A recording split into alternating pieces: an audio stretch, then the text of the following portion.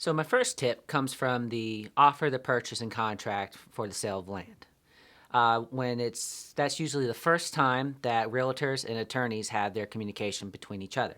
To make that the most smooth, I would suggest that you always put the full legal name of your client, whether buyer or seller. This makes it easier for me to do a title search and makes it faster and more smooth for your client, and to make sure that I am indexing the names correctly, whether buyer or seller, when doing my title search. The second tip also has to do with the offer, the purchase. Make sure you put that contact information for your client and for yourself so we can make sure that everyone stays in the loop, that our forms go out quickly, and that we have the right contact information so everyone is informed.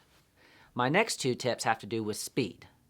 So if you're able to grab the prior title policy from a seller of a property, that allows me to shorten my time to do a title search, and it also can allow the buyer's title insurance to be reduced by up to 20%, so they save money on their title premium as well.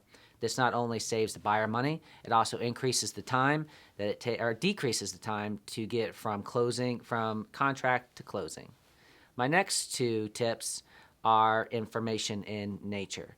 So, if you have a client that is married or unmarried, put that information in the contract or in an email. If you know there is an estate that the property has passed through, or if someone has died recently in the chain of title, that information can be very helpful in making sure a title search is done correctly and that the attorney has all the information they need to make sure that that deed is correct at the closing table.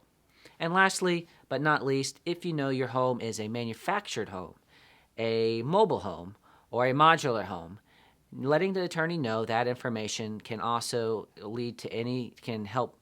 keep away from any problems at the closing table, making sure that there is a title that's been transferred, that the home has been affixed, or that the home doesn't need any of that.